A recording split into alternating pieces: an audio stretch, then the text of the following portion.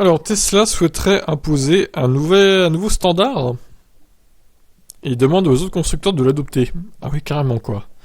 Alors, écoutez, monsieur Musk, vous allez vous calmer un petit peu. Déjà, avec Twitter, ça va mal. Alors là, il faudra peut-être se calmer. Le standard, maintenant, c'est combo CCS. On n'en parle plus, hein. C'est à Tesla de s'adapter, hein, pas aux autres de s'adapter à Tesla. Je pense qu'on est d'accord là-dessus.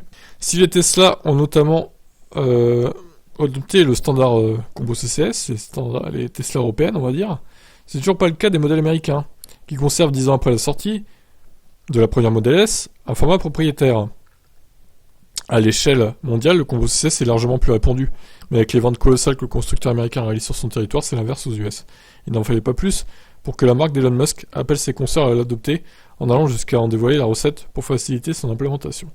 Hier, en effet, Tesla a publié sur son blog un article annonçant qu'il mettait à disposition les spécifications de son connecteur américain, téléchargeable via un lien, en suggérant aux autres constructeurs automobiles de l'adopter au plus vite, en remplacement du standard combo CCS. Dans le cadre de notre mission pour accélérer la transition du monde vers l'énergie durable, nous dévoilons aujourd'hui les plans du connecteur de nos voitures électriques. Nous invitons tous les opérateurs de réseau de recharge et tous les constructeurs automobiles à installer le connecteur et la prise de Tesla, que nous appelons maintenant NACS, North American Charging Standard, sur leur équipement et véhicules. C'est le standard le plus répandu en Amérique du Nord. Il y a 2 fois plus de voitures aujourd'hui en circulation qui en sont équipées par rapport au combo CCS. Et le réseau de superchargeurs offre 60% de bornes supplémentaires.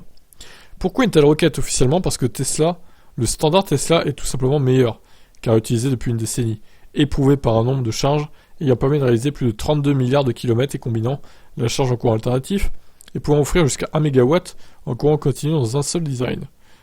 Par rapport au CCS qui n'a aucune pièce mobile, fait la moitié de sa taille et peut être 2 fois plus puissant. Officieusement, la raison est tout autre. Le gouvernement américain a en effet attribué récemment des milliards de dollars d'aide pour financer les stations de recharge de véhicules électriques. Et même s'il n'exige pas que ces dernières soient équipées de connecteurs CCS, il impose que ces fonds ne bénéficient pas à un seul constructeur, ce qui exclut donc les superchargeurs Tesla puisque seuls ses propres véhicules sont équipés du NACS. Ok, je vois. Petit malin.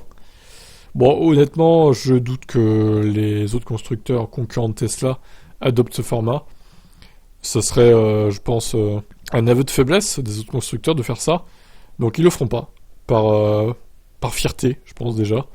Et puis parce qu'ils n'ont pas envie d'installer de la technologie Tesla à bord de leur voiture, hein, tout simplement. Vous en pensez quoi, vous? C'est étonnant, hein, comme stratégie. Allez, ciao.